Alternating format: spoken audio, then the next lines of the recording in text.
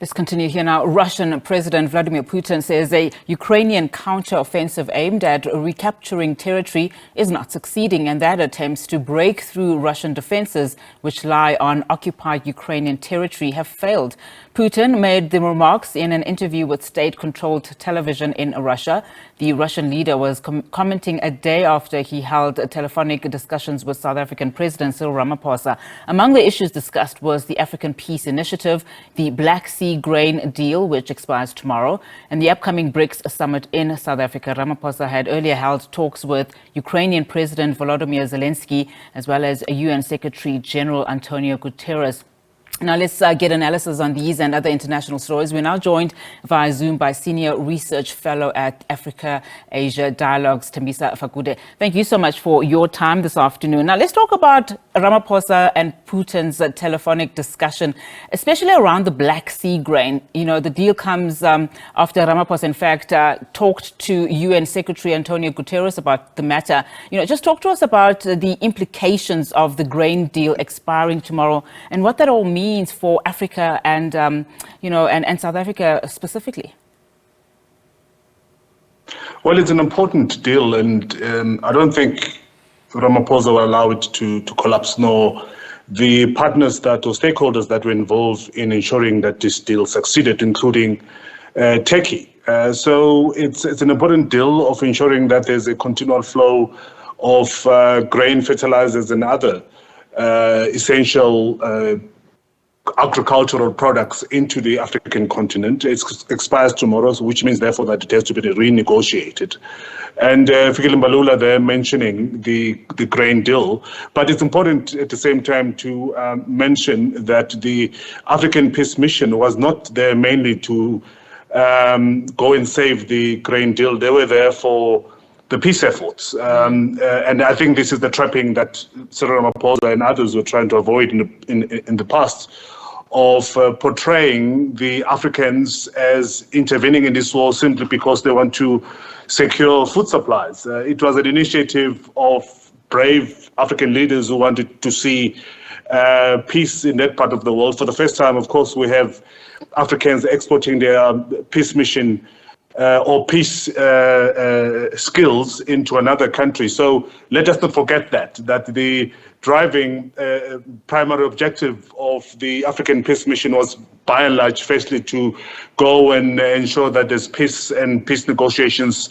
resume between the Russians and Ukrainians. And of course, the grain deal, the continual flow of food from that part of the world, particularly the Black Sea, into Africa continues as well. But it's important to just emphasize that point, that we were not there with begging bowls for food. Africans were there to try and assure some sort of peace semblance, given that the two countries have been fighting from the 23rd of February. No, I appreciate that. And one of the reasons I started with it is because this, deal is ending tomorrow. And so questions have been asked about, what the significance thereof is. But you've touched on the peace talk. So let's get into that. The African Peace Mission, to try and bring an end to the ongoing war between Russia and Ukraine, as you've said. What's the impact there significantly? And how likely are we to see any improvement, during the Russia-Africa summit that is expected to take place at the end of this month in Russia? Well, I don't see any, cessation of hostilities before the Africa-Russia summit that will be happening in St. Petersburg. I think the war will continue. There's a momentum from the Ukrainians who are claiming to be recapturing some of the territories that have been lost, of course, notwithstanding what Vladimir Putin has said. So that will going to continue. And Volodymyr Zelenskyy has vowed to recapture all the territories that were captured by Russia on and post 23rd February 2022. So this war is far from over. The Ukrainians, have said that they're going to continue doing so. And Vladimir Putin, of course, like Volodymyr Zelenskyy, has dug in his heels in terms of not withdrawing from the territories that he forcefully gained from the 23rd of February last year. So it's likely, therefore, that the St. Petersburg summit is going to be happening amidst the war in Ukraine. And but of course, I think the continuing efforts of trying to solve this war will have some of the African countries that will be represented at St. Petersburg impressing particularly on Vladimir Putin to give peace a chance in Ukraine. Let's stay on Russian matters. The Kremlin has not yet indicated what Putin's, arrangement is in as far as attending the BRICS summit next month. Of course, we know that through the Kremlin, that conversation between Putin and Cyril Ramaphosa was had. It puts South Africa in a very awkward position. What do we know and what's the latest there in terms of will Putin attend the summit and what are the implications? Well, if Putin comes to South Africa, he will be arrested because South Africa, as you know, we've talked about this before, has ratified the Roman Statute as part of the ICC. So if he does come to South Africa, he will have to be arrested. And if South Africa doesn't do so, South Africa will be compromising its position as a trustee and supporter of multilateralism in the world. So South Africa cannot have the repeat of 2016 when the former president of Sudan, Hassan Omar al-Bashir, visited this country. So that's the first point. But I doubt if Putin will come. There is a possible insurgency in that country. Yevgeny Prigozhin is not out of the picture. Yes, he's in Belarus, even though we haven't heard of him. He's the man who tried the mutiny some couple of weeks ago. So I doubt if Vladimir Putin will want to travel outside Russia, given the political challenges that are very stark at the moment against him. So he will likely stay in Russia because of that. And if he does travel, he will be putting South Africa in a much more complicated position. And I think if he's really a true friend to South Africa, he will save South Africa from embarrassment. And he will save South Africa from compromising his position in international politics by not coming to this country. Of course, South Africa will make sure that he's not arrested.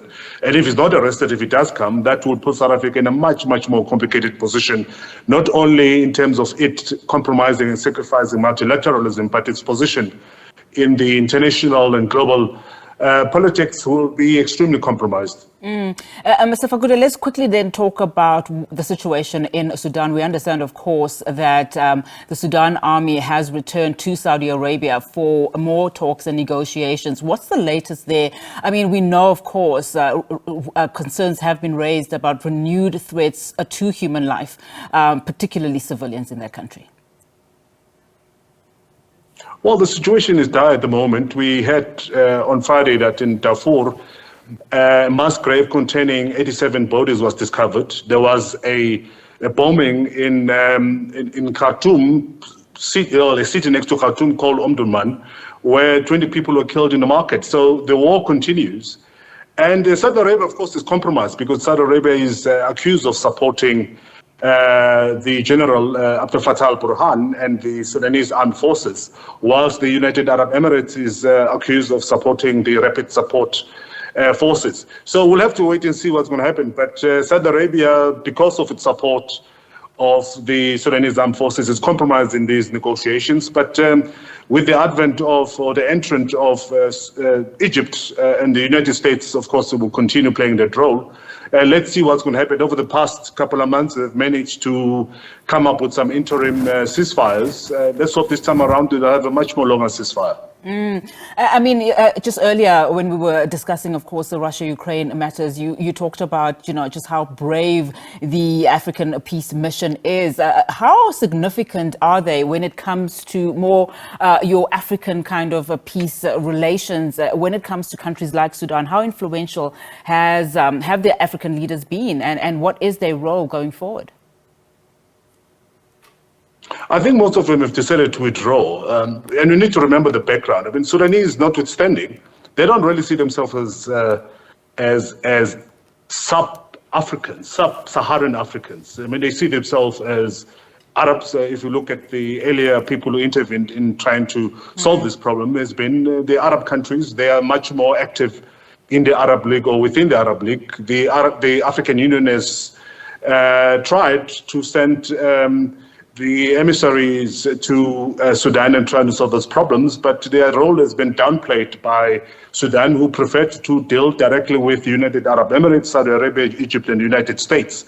So that, to an extent, is a hamper to the efforts of the African Union. And I think it will continue being so simply because of the historical relationship or socio-political positioning and cultural positioning of the Sudanese people who prefer to be dealing with the Arabs rather than dealing directly with the Africans, which of course is a problem, particularly to the African Union.